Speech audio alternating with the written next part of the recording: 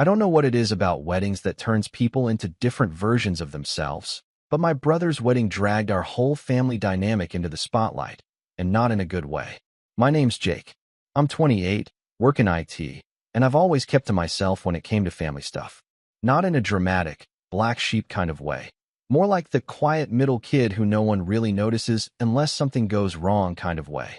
Growing up, I was the peacemaker, the fixer, the one who stayed out of trouble while my older brother, Evan, soaked up all the attention and my younger sister got away with everything because, well, she was the baby. I didn't mind it too much. I had my own friends, my own world, and eventually, my own apartment far away from the family drama.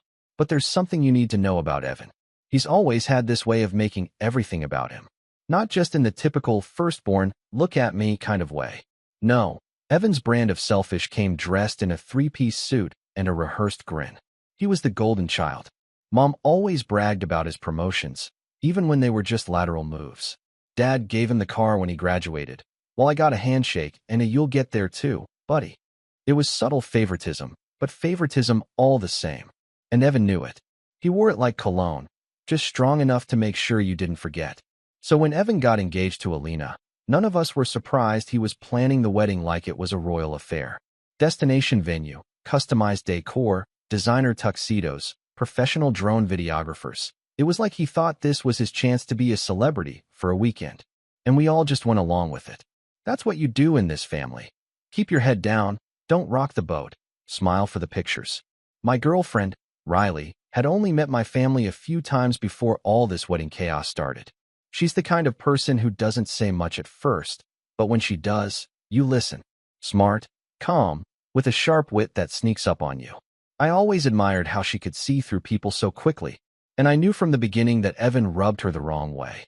She never said it outright, but the tight-lipped smile she gave him at Christmas said more than words ever could. The first red flag came when the rehearsal dinner invitations were sent out. Or should I say, when mine wasn't. I found out about the dinner from my mom. Casual text. See you Friday night at the restaurant. So excited. I blinked at the screen. Friday? What Friday?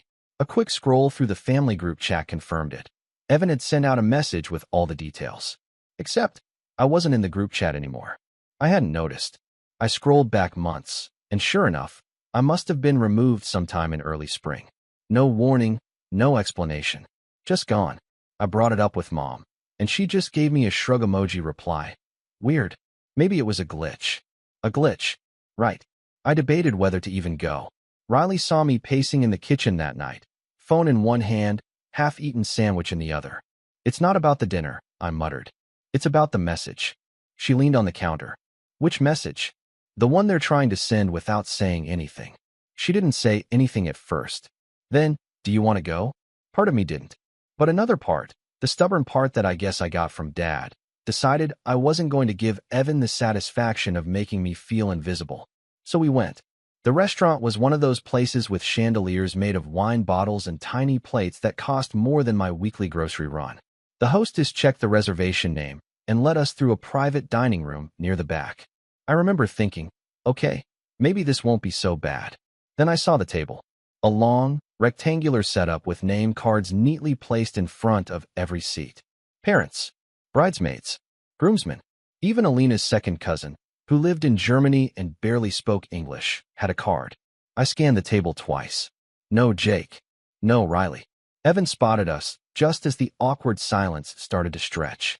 He was holding a drink and talking to Alina's dad. When our eyes met, he gave me this grin, the kind that said, "Oh, you showed up." I walked over, still trying to be polite. "Hey, looks like the hostess missed our names." He didn't miss a beat. "Didn't you get the hint?" he said, half laughing. I blinked. "What?" He took a sip of his drink. "I figured you'd be busy. Or not interested." My jaw tightened. "So there wasn't a seat for me because you just assumed?" He shrugged. "It's a tight head count, Jake. You know how these things are." Riley, standing beside me, didn't say a word. Just looked at him like she was studying a bug under glass. I looked around. There were at least 2 empty chairs at the table, probably meant for last-minute no-shows. But I knew better than to argue.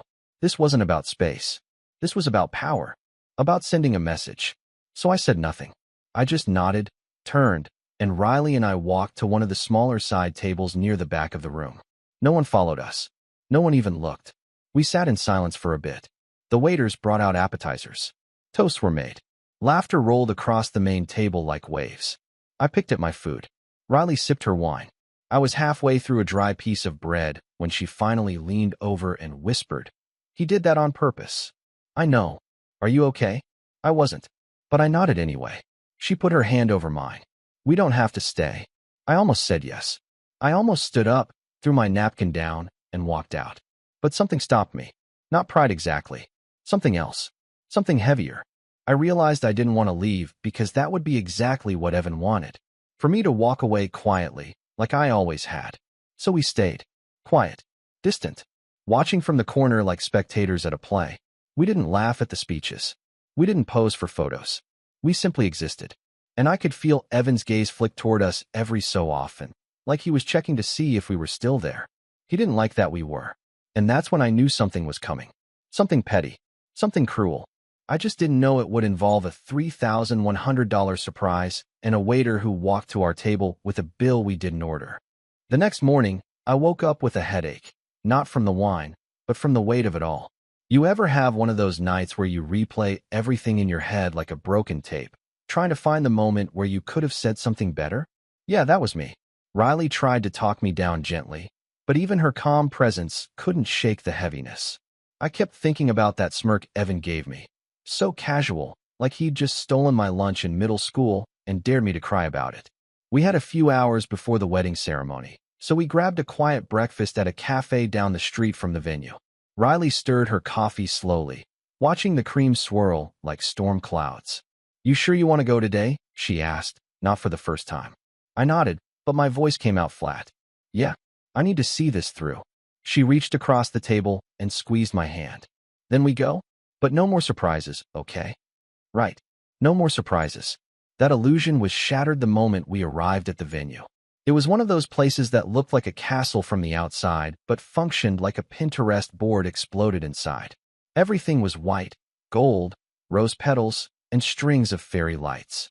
Guests were milling around, sipping champagne and commenting on the romantic aesthetic. Riley and I checked in with the front desk, got our little welcome bags, and followed the crowd into the garden where the ceremony would be held. There was a giant wooden board displaying the seating chart for the reception. Rows and rows of names written in calligraphy, organized by table numbers and flower-themed names like peony, lavender, and orchid. I scanned the list for our names. Nothing. I looked again, slower this time, line by line. Still nothing. Riley's voice was quiet but firm.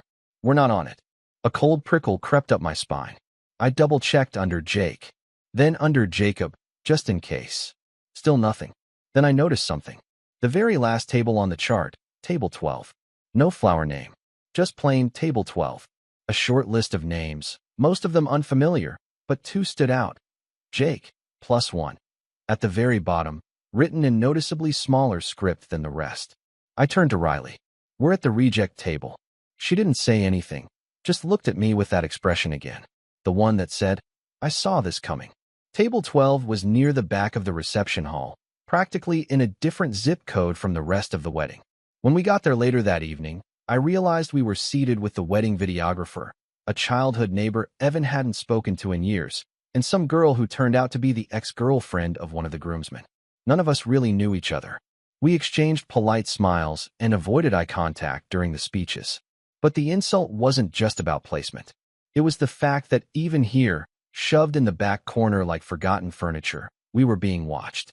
I saw Evan glance our way once during the father-daughter dance. He didn't smile. He didn't wave. He just looked at me like I was a puzzle piece that didn't fit and never would. Then came the final straw. It was time for dinner. The waiters brought out course after course, tiny plates arranged like artwork, with descriptions longer than the actual dishes. By the third course, we were starting to enjoy ourselves again, at least a little. Riley cracked a joke about how the caramelized fennel drizzle looked like a snail trail, and for a second, I laughed. That's when the waiter arrived with the bill. I blinked. "Oh, sorry. What's this?" He placed the slim, black folder on our table, just in front of Riley. "The groom requested this be delivered here." Everyone at table 12 paused. Even the videographer, who'd been half asleep, sat up straighter. I opened the folder. My stomach dropped. The total was $3,127.46. Everything was itemized. The wine, the multi-course meal, even the customized dessert tray. It was a bill for the entire rehearsal dinner.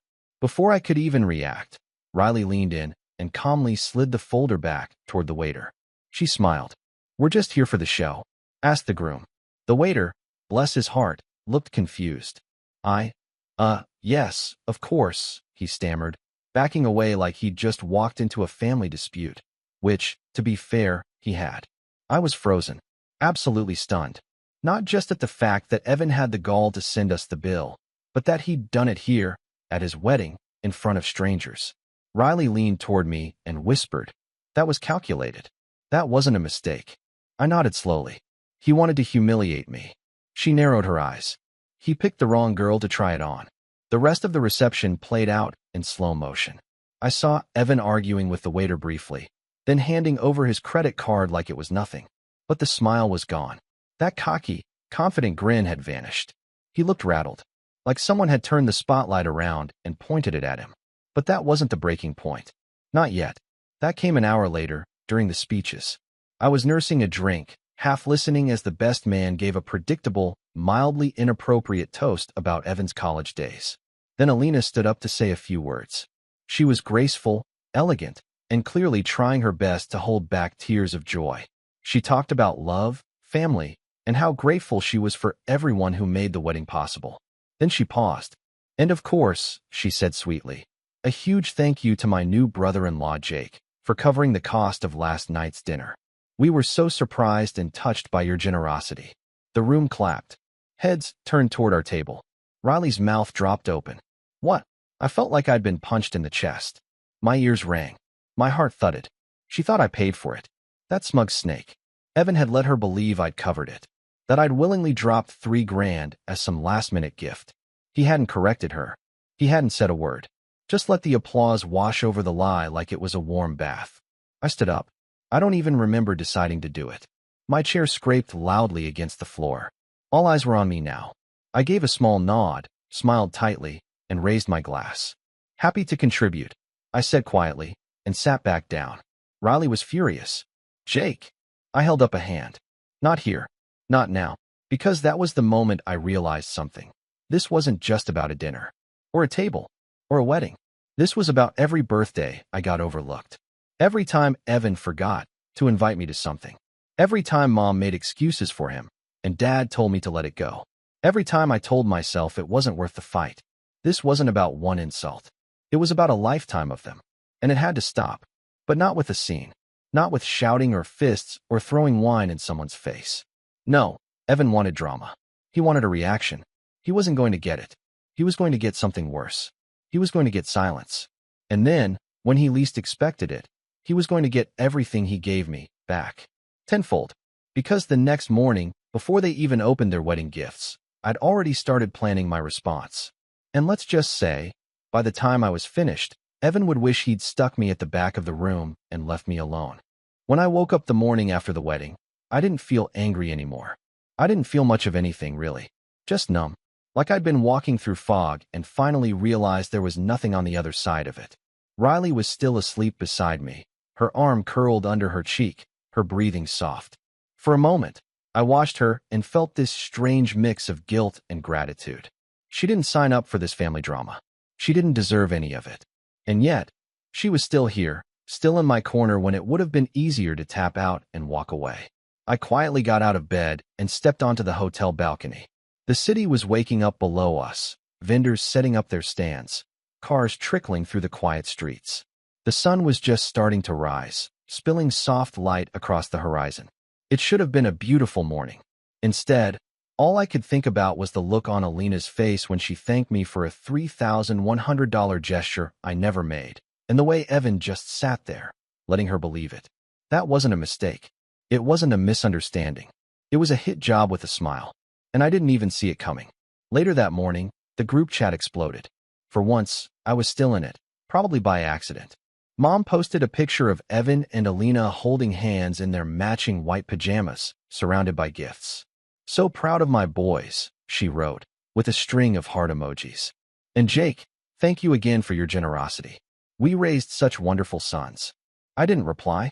My sister, Casey, who'd mostly stayed out of things until now, finally chimed in. Wait, Jake paid for the dinner. Another cousin replied. Damn, dude, that was baller of you. More comments poured in, praise, jokes, admiration. I just stared at the screen, heart sinking further. I didn't want attention. I didn't want the credit. I just wanted the truth. But Evan had already rewritten the story. He always did. It took me a full 2 days to finally talk to my parents. I waited until we got back home, away from the wedding chaos and hotel corridors filled with fake smiles and polite applause. I called my mom first, half expecting her to dodge the conversation. She didn't. Oh, honey, she said, her voice already soft with that familiar, let's not make this a thing tone. Evan told us you offered to cover the dinner. I thought it was strange, but it was such a kind gesture. Everyone was talking about it. I never said that, I replied. He sent me the bill. Without asking. There was a pause. A long one.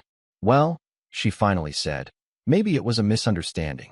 You were sitting separately. No, I said, firmer now. He did it on purpose. And he didn't correct Alina when she thanked me in her speech. He let everyone believe I paid for something he planned and hosted. Another pause. Evan's been under a lot of pressure lately. I almost laughed. Of course. There it was. The golden child clause. The get out of accountability free card. He was stressed. He was busy. He didn't mean it like that. I ended the call politely, then stared at the wall for what felt like an hour. That week was the lowest I'd felt in years. Not just because of what happened, but because of what it revealed. That I had spent most of my life giving people the benefit of the doubt, only to realize they were counting on it. They relied on me to keep quiet, to let things slide, to be the one who never made a scene. And I had played my role perfectly. Until now. That night, Riley came into the living room and sat beside me. I hadn't told her everything yet, just bits and pieces, but she could see it in my face. You okay? She asked. I nodded. She waited.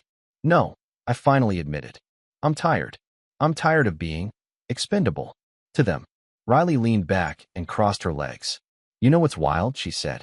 You're the only one in that whole family who sees it clearly. That makes you dangerous. I frowned. Dangerous? To people like your brother? Yeah. She looked me dead in the eye. Because you've got nothing to prove. You don't need the spotlight. And that drives him crazy. So he keeps poking you, trying to get a reaction. Well, he got one, I muttered. Barely. You didn't give him what he wanted. She paused. But you can still give him what he deserves. I raised an eyebrow. What are you suggesting? She smiled. Not revenge. Not yet, anyway. I'm saying, build your life so good, they choke on it. That stuck with me. So that's what I started to do. I didn't make any big announcement. I didn't post some dramatic caption on social media or cut people off in a blaze of glory. I just got to work. The first thing I did was change jobs. I'd been stuck in the same IT position for 4 years. Decent pay, stable hours, but no growth. No challenge. I updated my resume, started applying quietly, and within 2 months, I landed a remote gig with a software company that paid almost 30% more, with real upward mobility. Then I doubled down on something I'd been putting off for years, my side hustle. I'd always been into web development, but I never took it seriously. Built a few websites for friends, freelanced here and there. But now, I treated it like a second job. I built a clean portfolio, signed up for every freelance platform that mattered, and within a few weeks, I was getting steady clients. Small projects turned into big ones. A real rhythm started to form. Riley helped, too. She had a good eye for design, so we partnered on a few gigs. She'd handle visuals, I'd handle code. We made a great team, better than I'd expected. My bank account started to grow. Slowly at first, then noticeably.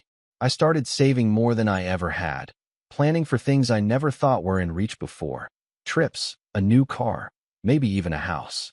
But more than money, what changed was my mindset. I stopped waiting for approval. From family, from Evan, from anyone. I started showing up for myself the way I'd been showing up for other people my whole life. And the funny thing was, they noticed. Subtly at first. A cousin would comment on a new project I posted. An old friend from high school messaged me saying, "Looks like things are going well for you." Even mom started to call more often, just to check in. But Evan was quiet. Too quiet. Which meant something was brewing. I found out a few months later, Through Casey, of all people. She called me out of the blue one evening. "Hey," she said. "I need to tell you something." She sounded nervous. I stepped out onto the balcony, heart already racing. "What's going on?" "It's about Evan," she said. "You're not going to like it." She was right. Apparently, Evan had been bragging to a few of our relatives about how Jake finally got serious after the wedding. How he was the one who gave me the push I needed to man up and grow up. That I used to be stuck, but now, thanks to a little tough love, I was finally doing something with my life. He was taking credit for my success. I was stunned, speechless. "He's telling people he inspired you," Casey added. "That sending you that bill was a wake-up call." I couldn't breathe for a second. "You've got to be kidding me." I wish I was. But it gets worse. Of course it did. Apparently, Evan had recently pitched a family investment fund idea to our parents. Some real estate thing. Said it was a sure thing, and that he just needed a little help getting it off the ground. He was trying to get Dad to dip into his retirement savings. And guess who he mentioned as part of the team? Casey said. "I already knew." "Me?" "Yep," she confirmed. "Told them you were consulting on the tech side. That you'd vouch for it." I leaned against the railing. "I haven't spoken to him in months." "I know, but they don't." That was the final crack. The one that split everything wide open. He wasn't just lying about the past. He was using me to prop up his next scheme. And that's when I knew I couldn't just ignore it anymore. It wasn't enough to quietly succeed. It was time to set the record straight. But not with a confrontation. With a plan. One that would show the truth. Not just to my family, but to Evan himself. Because he'd spent his whole life thinking he was the main character. And he had no idea the quiet kid in the background was finally ready to take center stage. But first, I needed to know exactly what he was planning. So I reached out to someone I never thought I'd call. Alina. And the conversation we had. It changed everything. I didn't call Alina right away.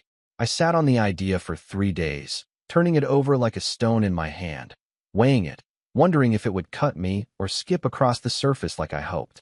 It wasn't just the awkwardness, though yeah, there was plenty of that. She'd publicly thanked me for a wedding gift I never gave and unknowingly helped paint me as some kind of charity sponsor/prodigal brother. But beneath all that, I remembered her face that night. The sincerity in her voice. The way she lit up when she talked about family and starting fresh. Alina didn't strike me as malicious. Just unaware. Evan's best trick had always been his charm, and he used it like a magician's misdirection. Smile with the left hand while the right one steals the watch off your wrist. So I finally did it. One short, polite message. "Hey Alina, this is Jake. I was hoping to talk for a few minutes, privately. Just some stuff I wanted to clear up. Not urgent. Let me know if you're open to a call." I almost didn't send it. Then I pictured Evan talking to my dad about investment opportunities, dropping my name like it was a golden ticket, and I hit send. She replied 10 minutes later. "Hi Jake. Of course. Want to chat tomorrow? I'll be free around 3. Smiley face. I didn't know what I expected. Maybe hesitation. A delay. Some passive-aggressive line about hoping this wasn't about the bill. But no, just openness. Which made me nervous in a different way. The next afternoon, I stepped into my home office, closed the door, and called her. She answered on the second ring, cheerful as ever. "Hey Jake. Everything okay?" I cleared my throat. Yeah, everything's fine.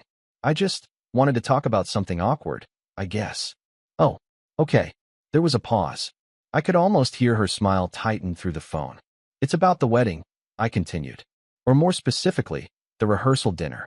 "Oh," she said again, much softer this time. I took a breath. "Alina, I didn't pay for that." Silence. "I know everyone thought I did. You thanked me, but I didn't offer." Evan sent the bill to our table. I didn't even know it was coming until the waiter dropped it off. She was quiet for a long time. "Finally," she said, "he told me you wanted to surprise us. That you wanted to do something generous but low-key." "Of course he did. I would never have made that kind of assumption," I said. "Especially not at your wedding." I can't believe this," her voice cracked. "I thanked you in front of everyone." "It's okay. Really. I'm not angry at you. But you should be." "Oh my God. I looked like such an idiot." "No, you didn't. You just trusted him." Another long silence. "Why would he do that?" she asked finally. "Why would he lie about that?" I almost laughed. "Because he's Evan." She sighed. "Yeah, I guess I'm starting to understand what that really means." That was the crack in the door I needed. We talked for over an hour. Alina confessed that the months leading up to the wedding had been exhausting. She chalked it up to normal stress, but now, in hindsight, she realized a lot of little things weren't adding up. Expenses ballooned. Vendors mysteriously changed. Her ideas were subtly swapped for better ones. Evan insisted the guests would like more. Every time she questioned something, he made her feel like she was overreacting. He always knows what to say, she muttered. And somehow, I end up feeling like I'm the one being difficult. I didn't say welcome to the club, but I thought it. She asked me outright. Has he always been like this with you? Yeah, I said. But it wasn't always this obvious. It used to be little things. A snide comment here. An exclusion there. Then came the bigger stuff, taking credit for my work, turning our parents against me without ever raising his voice. He's been rewriting the story for years. And no one noticed? I shrugged. People notice what they want to. It's easier to believe Evan is the golden child than to question the narrative. There was a beat of silence. Then her voice dropped, a little hesitant. Do you know anything about this real estate thing he's pitching to your dad? And there it was. The door flung wide open. Yeah, I said. I heard about it. But I don't know the details. She did. Apparently, Evan had been talking about launching a luxury flip business, buying undervalued properties, renovating them, and selling for a profit. All on borrowed money. He had no capital, just a few surface-level contacts and a lot of fast talking. He wanted their parents to invest 50 grand. He'd told Alina it was a guaranteed return and that I was going to handle the tech and marketing side. Which, she added dryly, makes a lot more sense now that I know you weren't even aware of it. I shook my head. He's using my name to lend credibility to a fantasy. Alina sighed. He hasn't even shown me the numbers. Just keeps saying it's going to be big. There was a long pause. Then she said, Do you want to stop him? I sat up straighter. Yeah, I do. That's when we started planning. The next few weeks were a blur of quiet coordination. Riley was the first person I pulled in. Naturally. She was suspicious of Alina at first, understandably. But after a long dinner and a few honest conversations, she warmed up to the idea. Alina, for her part, was sharp. She'd started snooping into Evan's files, keeping copies of whatever she found. Emails, proposals, spreadsheets with questionable math. All of it painted a clear picture. Evan was building a house of cards and taping my name to the front door. Meanwhile, I started gathering allies of my own. I reconnected with a few extended family members Evan had alienated over the years. Our cousin Nina, who once loaned Evan money for a car repair and never saw a cent back, and our Uncle Ron, who Evan scammed into buying fake football tickets 5 years ago. I didn't need them to go to war. I just needed them to talk.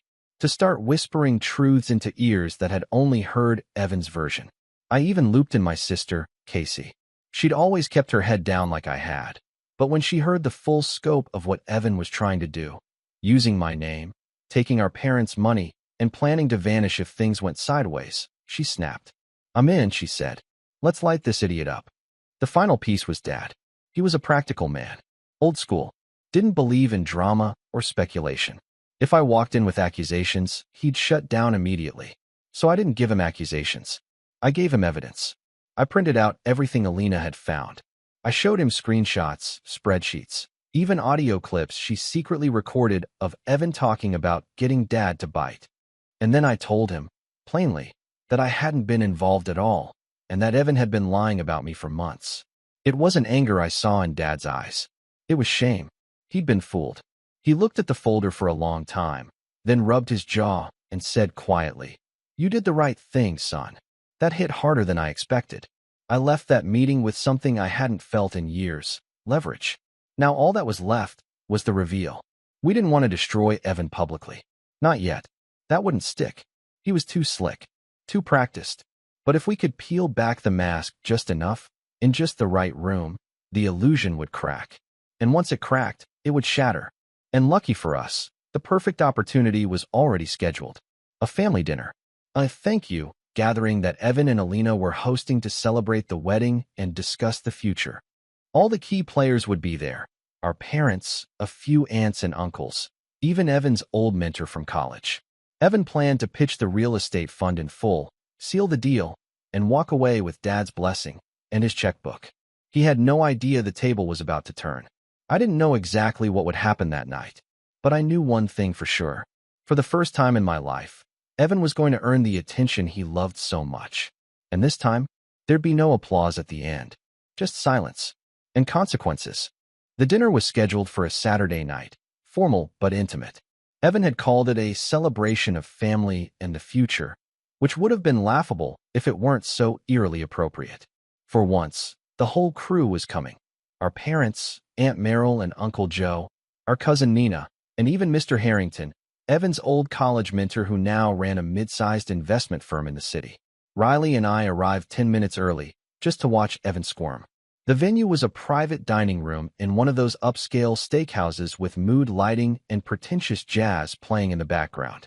When we walked in, Evan greeted us with that same award-winning smile I'd seen 1,000 times. The one he used for networking events, family holidays, and every time he needed to sell you something with sugar on top. "Jake, Riley," he said with open arms, like we were all just one big happy family. "Glad you could make it." I shook his hand. His grip was firm, controlled, practiced. "Wouldn't miss it," I said evenly. Riley just smiled and said nothing. He gestured toward the table like a king unveiling a feast. "It's all taken care of tonight. No bills coming your way this time, I promise." There was a subtle jab there, a wink behind the words. I let it pass. There wouldn't be any need for jabs soon. People filtered in, glasses clinked, small talk bubbled. Dad took a seat near the middle, folding his napkin carefully like he always did when he was preparing to listen seriously. Mom was glowing, still high off the post-wedding haze. Mr. Harrington talked loudly about crypto for some reason, and Evan played the host, moving from chair to chair, charming everyone, refilling drinks, sprinkling compliments like confetti. I kept checking the folder in my bag, not because I was worried, it was airtight, but because I couldn't believe we were finally here. By the time the main courses were cleared and the wine had softened everyone's edges, Evan stood up and tapped his glass. "I want to thank you all for being here tonight," he began.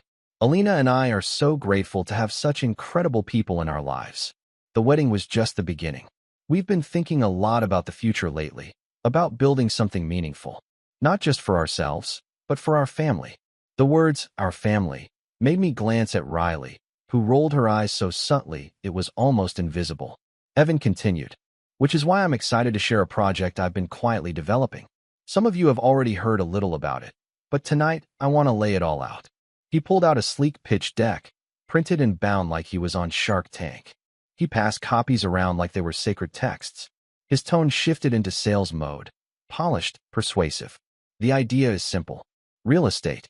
We find undervalued properties in emerging markets, renovate them to a high standard, and flip them for significant returns.